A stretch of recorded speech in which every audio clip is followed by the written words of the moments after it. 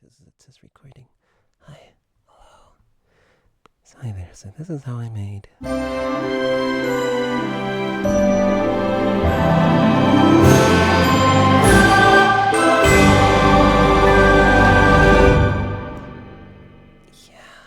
it's pretty good, isn't it?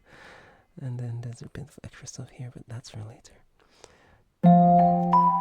So I won't be going too in depth into anything related to compositions. If you would like that, there are people on the internet like Alex, Mokala, and there's a lot of them. I just can't remember them off the top of my head. So let's start with the strings.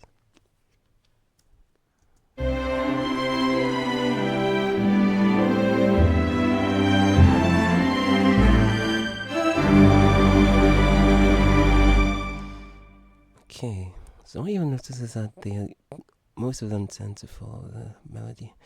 For example, I have the melody on the violins 1 and 2, which are, higher sounding, and of course they're gonna project more. And I have a solo violoncello. By the way, wonderful guys at Musescore Studios, Musesounds. What's the studio name again? Thank you so much for these wonderful sounds for free. So, violoncellos, contrabass, they're basically just going with the bass line. You don't want your low end to be too crowded or too busy. It's gonna get really muddy, and it's gonna sound bad. And you notice these little things, these grace notes, these things. You see them more when we get to the flutes. You can add one by just clicking a note and pressing the / button. And then you can move it down or up, however you want.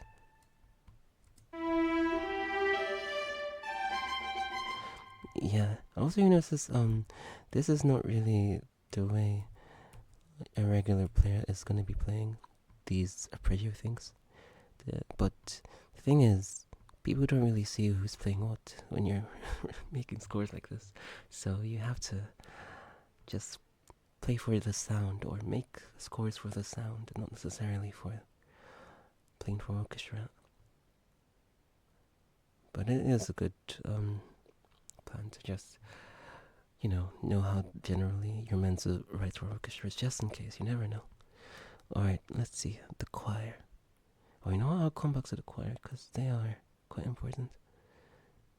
Alright, let's go to these guys. The pitched percussions.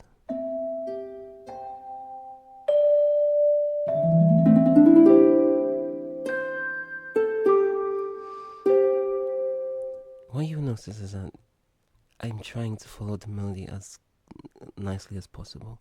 It gets to the point where your sound might not be sounding your song might not be sounding all that busy or impressive, and then you think, oh, it's probably there's just not enough sounds, there's just not enough things going on. I should add more things, and I should make everything different, and everything have its own line. But it doesn't work like that. Everyone's gotta work towards the same goal, if you got what I mean. So, and then these harp things, these harp arpeggios, those. Oh yeah, I should probably change this one,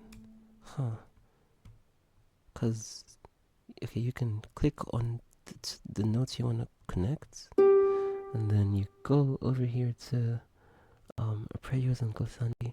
Usually it's not going to be here, so you go to add palettes, and then you click here and you see it, and it's going to be popping up here. And then you just pick this one. I like this one because it sounds more arpeggio-y. Arpeggio like. Oh, okay, no, that sounds bad. Never mind, let's change that. So let's move on. The piano is not a piano actually. I'm using a Celesta. It doesn't need to show you, never mind. So let's go to the percussion. They are quite important.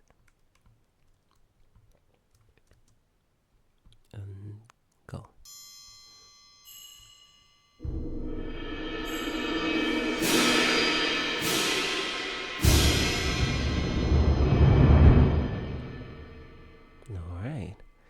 So I really like the suspended cymbals. They have this sort of soft rise. They're kind of like rises in EDM music, if you get what I mean. And then the triangle, I added it here at the start to add emphasis to the sound, you know? Because you just never know who's going to be listening, and you want to grab their attention. And high notes tend to grab our attention more easily comparing them to lower sounds. Yeah, that was it. And then I just used rolling cymbals and suspended cymbals. I don't know if you would like a tutorial on this. I was gonna be watching this anyways. What I could just easily go over is just risers, the two cymbals, and then a cymbal crash here, and then triangles, just adding emphasis. And the bass drum is doing a little tremolo thing here. It's not meant to be a tutorial, but you know, just to get a tutorial, pick the note you want, and you go to tremolo. Where is it? I bind. Yes, tremolo. And yeah, usually I find that these guys don't work. Usually it's only this one in particular that has the actual sampled tremolo. Wonderful sounds, by the way. Thank you so much. Musesounds. I gotta know, you guys. What's your name? What are your names? I need to know. Okay, well, let's move on. Okay, let's see. So we have these three. They're unpitched percussion, but at the same time they still kind of have pitch, so I like to keep them in there. Oh, glockenspiel. Oh, never mind. Let's just let's go on.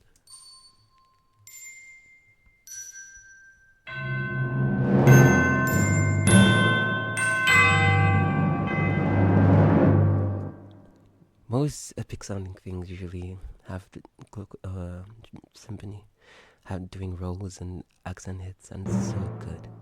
The sounds are so good. Let's see.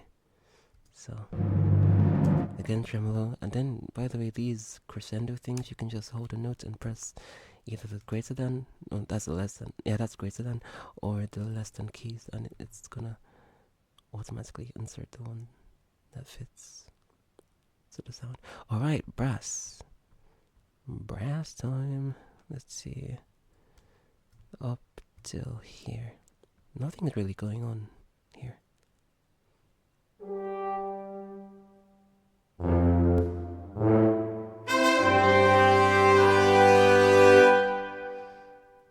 Yeah, long story short, nothing's going on. Symphony tuba, you could go for all three accents, but you know, you don't want many things going on in your low end, and tuba is really pretty dominating. Let's see, I'm sure you can make it out in the whole track. Now if I did G, so let's see, it's there, right? And if I make it a staccato, which is shift S, well, that sounds good though. Maybe I should keep it. Nah, let's keep it. Okay. And then these stabs. Usually trumpets and trombones have the best stab. What do you call them? Samples? I really like them. And then this is just a triad. Yeah, that's not the best sounding triad, you know. But you know, for the sound, it's gonna get mixed into there, so you never know. No one's gonna know. Alright. Second to last, woodwinds. And this is where the magic kinda always comes in for me. Listen.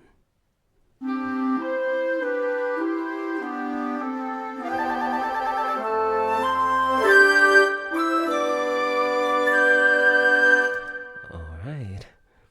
Couple things to go into. First of all, these alternating do things, they're so good. Especially with oboes and clarinets. That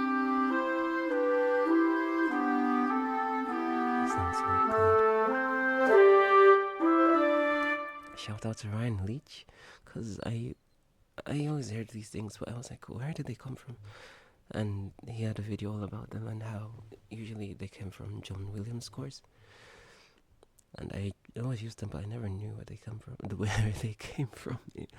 But so yeah, let's see. And then there's these things, the trills. Musescore has, or Musesounds has better trills. These sound a bit too robotic, but you see, the trills are better. Let me find them for you. Ornaments. And this trill sounds natural. This one or this one. Listen. But I find that, in the crowded sounds, in the crowded noise of the score, oh my god, I can't speak English. The robotic sounding ones are much better sounding, because they cut through the mix more. Just listen, I think you'll get what I mean. Versus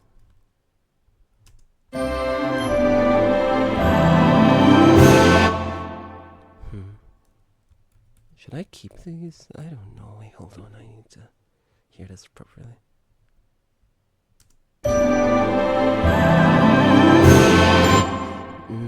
Nah.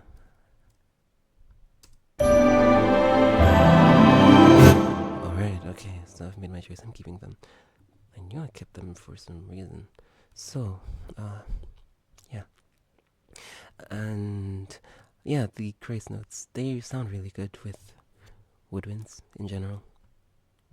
I find the woodwind library from Musesounds is very nimble and can do really fast runs and everything.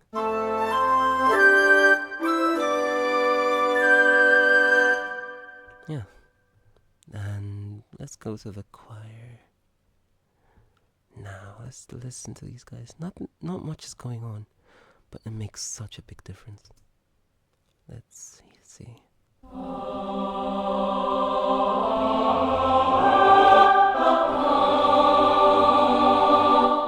Again, without the accent, it'll sound more natural. But in the mix, the accent, even though it's less natural, no one's gonna notice, and it's gonna be so much better for the sound in general. So, let's see. What else? Yeah,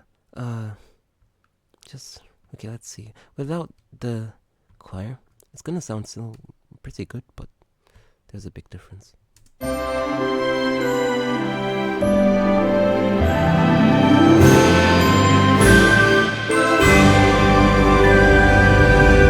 Choir adds so much.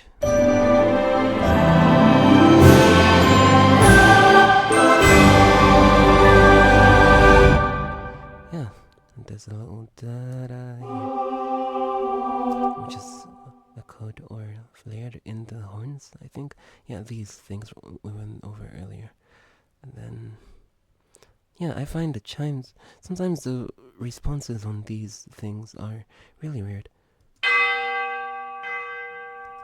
But you see, if I go here, oh no, if I do this,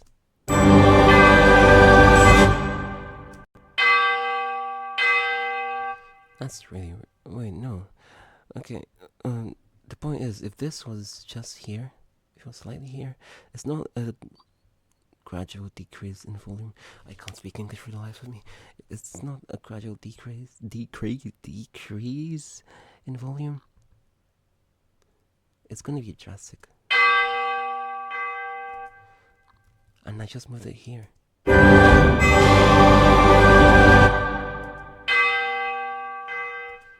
Let me not waste your time over this. I don't know if you get what I'm saying. But what I'm saying is, usually you shouldn't be scoring to score. You should be scoring to here with software like Musescore.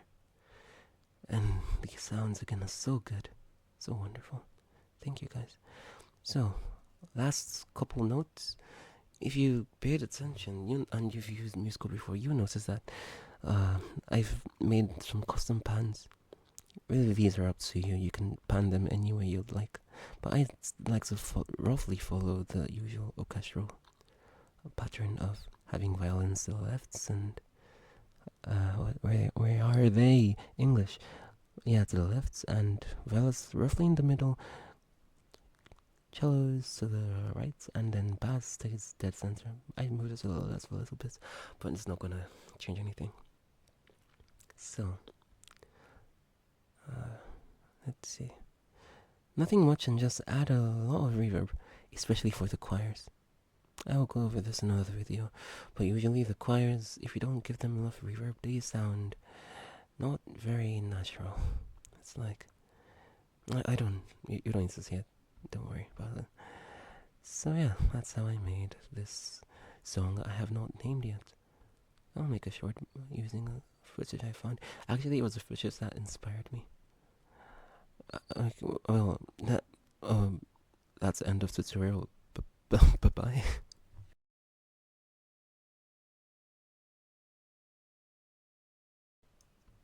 Oh yeah, one more thing. Like, subscribe, smash that like button. One more time. Let's go right.